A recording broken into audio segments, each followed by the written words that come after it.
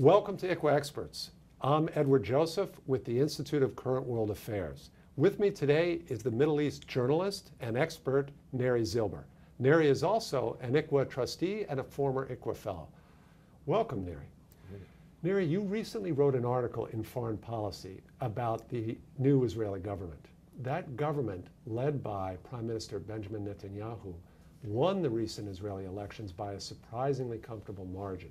What is the new government's agenda, and how does that affect U.S. interests?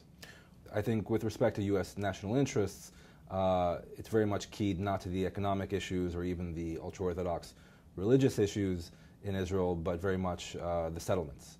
So you can expect, at least going forward with this current Israeli government, to not see any kind of major change either with respect to settlement policy or with renewal of negotiations with the Palestinians. So the dynamic that you have is described for us is really quite interesting. In Jerusalem, we have a Prime Minister, Netanyahu, who seems to be comfortably in power with no serious rival for the moment.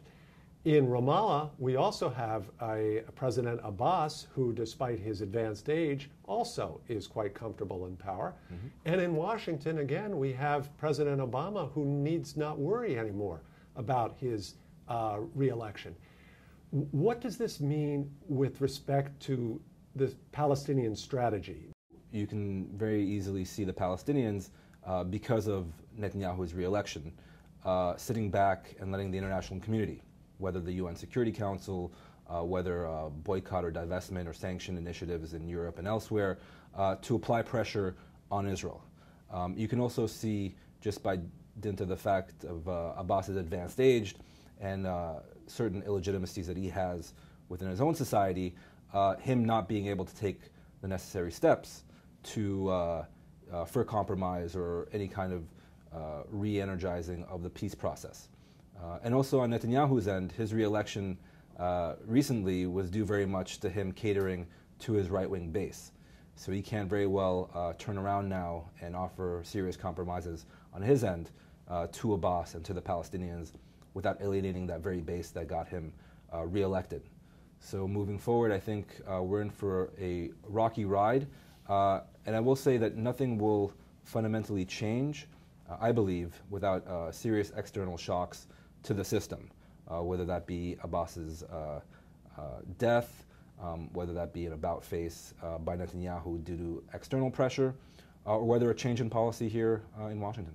How do these dynamics speak to the relationship, the likely relationship between Washington and Jerusalem and Tel Aviv over the next few years, a couple of years until President Obama's term runs out? Well, I don't think I'm speaking out of school when I say that relations between Jerusalem and Washington, between President Obama and Prime Minister Netanyahu, were strained even before this recent Netanyahu re-election. So I think going forward, the relationship will see strains. I think a lot of it has to do with the Iranian nuclear negotiations. And also I think Obama's sincerely held beliefs that some kind of peace process, some kind of positive movement with respect to Israeli-Palestinian relations is not only in the U.S. interest, but also in Israel's interest. And I think that's where the two leaders diverge. So I think going forward, it's going to be a continued rocky road, at least till the end of the Obama administration's second term. Can you tell us what this possible French proposal is that could go forward in the Security Council, and is it possible that Washington could actually support that? Right. So the French are putting forward, or they're rumored to be putting forward, a draft UN Security Council resolution laying out the parameters, as they and most of the international community see it, for a resolution of the Israeli-Palestinian conflict. Now, historically, Washington has not been too gung-ho about supporting such resolutions because they believe, as they have historically, that a resolution to the Israeli-Palestinian conflict should be done bilaterally between the parties and negotiated, and not imposed from the outside by the international community or the UN. The Obama administration has indicated that it's reconsidering this historic U.S. position. I don't believe the Obama administration has made a decision yet whether to support such a French initiative, whether to put forward its own initiative either on the parameters of a negotiated solution or something else, perhaps targeting settlements in the West Bank. But it is an interesting shift in tone, at the very least, from Washington with respect to the utility of having the UN weigh in on this particular conflict.